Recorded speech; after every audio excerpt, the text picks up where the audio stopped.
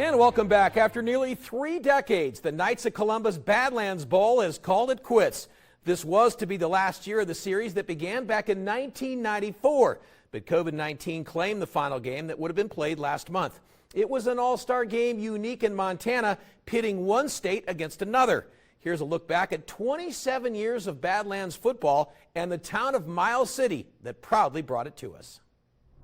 It all started 27 years ago. Two brothers, Kelly and Rick Reed. Kelly from Miles City, Rick from Bismarck.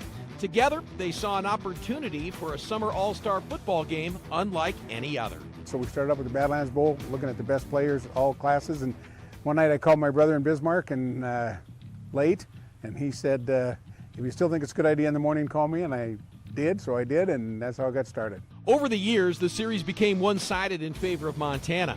After splitting the first 4 games beginning in 1994, Montana reeled off 8 consecutive wins and went on to win 20 of the 26 games played.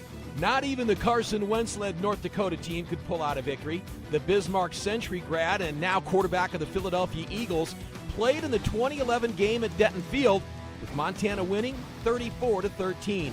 Wentz, one of 14 players in this series to either have played or are currently playing in the NFL. Montana's population and size of schools the biggest reason, and it just came down to numbers. Looking back at nearly 3 decades, Reed and his supporters proud of what they brought to eastern Montana and Miles City. It was the premier game. We brought in the greatest players. We had television at one time in 38 states. We treated the kids real well and the coaches. I just think it was a first-class operation and ended that way. Pressed for a story, Kelly has more than a few to share, but one stands out in particular. One that sticks out in my mind when Coach Claiborne from Badlands West was here. During the week, he kept telling me, I can't believe what kind of talent we have. We have the greatest team I've ever seen. He said, I think we'll beat these guys 70-0. So I told him, I said, geez, Coach, they're not bringing the Sisters of the Poor. You know, they got a pretty fair team themselves. And he said to me, well, if it gets out of hand, you come down on the sideline and nudge me, and I'll pull the kids back. I said, okay. Well, with about 3 minutes left in the game, it was 9-7, and they had the ball. They were behind, but they had the ball at the 40. I almost went down and nudged him and said, pull back, but I didn't, because I figured he was too wound up then. But there was just stories like that. There was just the people I met and the fun we had was just unmatched. Miles City is a small community that does big things.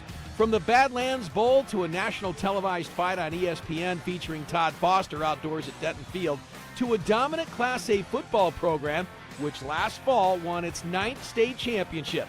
Memories run deep, and when COVID-19 claimed what was to be the final game of the series this summer, it ended a series that football fans across Montana will never forget. We do some pretty big things. You know, I've always said we can compete with these bigger towns, just not as often. When you talk about the Badlands Bowl, look back at it, there's just so many things. And so many committee members and so many people that I knew that have passed on or whatever. But the players, you know, I'll be in Bozeman at a football game and here'll come a guy that played, he'll stop and talk to me.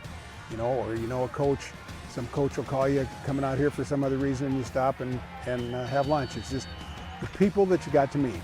It's just people now that I know and I'll know forever. There was discussion of playing that final game next summer, but as Kelly puts it, once the series was canceled, no going back. The Badlands Bowl, border wars, Montana versus North Dakota, over, but certainly not forgotten. Well, I, and like all football fans across the state of Montana in North Dakota, are certainly going to miss the Badlands Bowl.